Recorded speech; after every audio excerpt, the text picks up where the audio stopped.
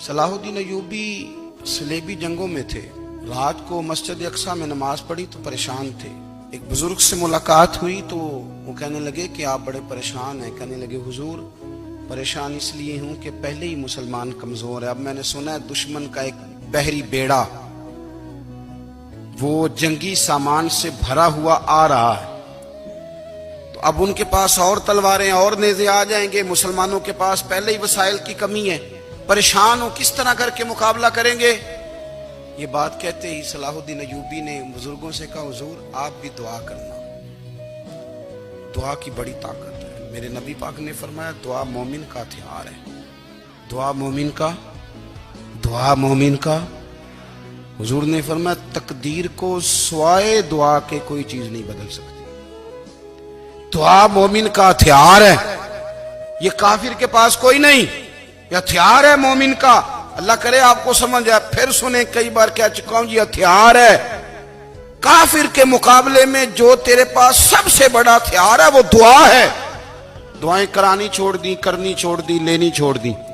حضرت سیدنا انس بن مالک رضی اللہ تعالیٰ عنہ فرمایا کرتے تھے میں نے وہ رنگ دیکھا ہے جب حضور دعا مانگتے تھے اور حضور کی مقدس آنکھوں میں آنسو بھی ساتھ ہی بہا کرتے تھے. میں نے وہ انداز دیکھا. تو صلاح الدین ایوبی بزرگ سے کہنے لگے آپ بھی دعا کیجیے, اور خود رونے لگے اور سر سجدے میں رکھ کے رونے لگے اور عشاء سے لے کر فجر تک روئے, خوب روئے. صبح وہ بزرگ آئے تو صلاح الدین ایوبی کا خوبصورت اور ہنستا ہوا چہرہ دیکھا. کہنے لگے آپ بڑے خوش ہیں. رات تو میں نے بڑے روتے ہوئے دیکھا تھا. تو کہنے لگے حضور وہ جو بحری بیڑا آ رہا تھا نا وہ پانی میں ڈوب گیا ہے. اب وہ نہیں آ رہا. ابھی خبر آئی ہے تو میں بڑا خوش ہوں. بزرگ کہنے لگے اٹھ سینے سے لگ اور سن ایک بات, وہ بحری بیڑا پانی میں نہیں ڈوبا, وہ تیرے آنسوؤں میں ڈوب گیا ہے. وہ جو تو رات رویا ہے نا رب کریم کی بارگاہ میں تو وہ ڈوب گیا ہے. بھائی اپنا مصلے کا, عبادت کا, وظائف کا, اللہ کا سلسلہ اس کو مضبوط کرے. اپنی دعاؤں کے تعلق کو مضبوط کرے. دعائیں بڑے انقلاب برپا کر دیتی ہیں.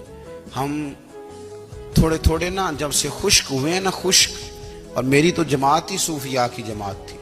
ہم تو داتا علی اجمیری کی جماعت سے, ہم تو خواجہ اجمیری کی جماعت سے, ہم تو شیخ احمد فاروق سرہندی کی جماعت سے, ہم تو صوفیاء کی جماعت. ہماری جماعت نے بھی وہ تعلق جو ہمارے بزرگوں نے بنایا تھا. بزرگ اللہ کے قریب کیسے جاتا ہے؟ تو ہمارے یہاں نا بہت سارے لوگ کہتے ہیں جی نظر ہو گئی تو کام ہو گیا. بھائی جو بخاری مسلم میں طریقہ ہے نا اللہ کا قرب پانے کا وہ تو نفل ہے.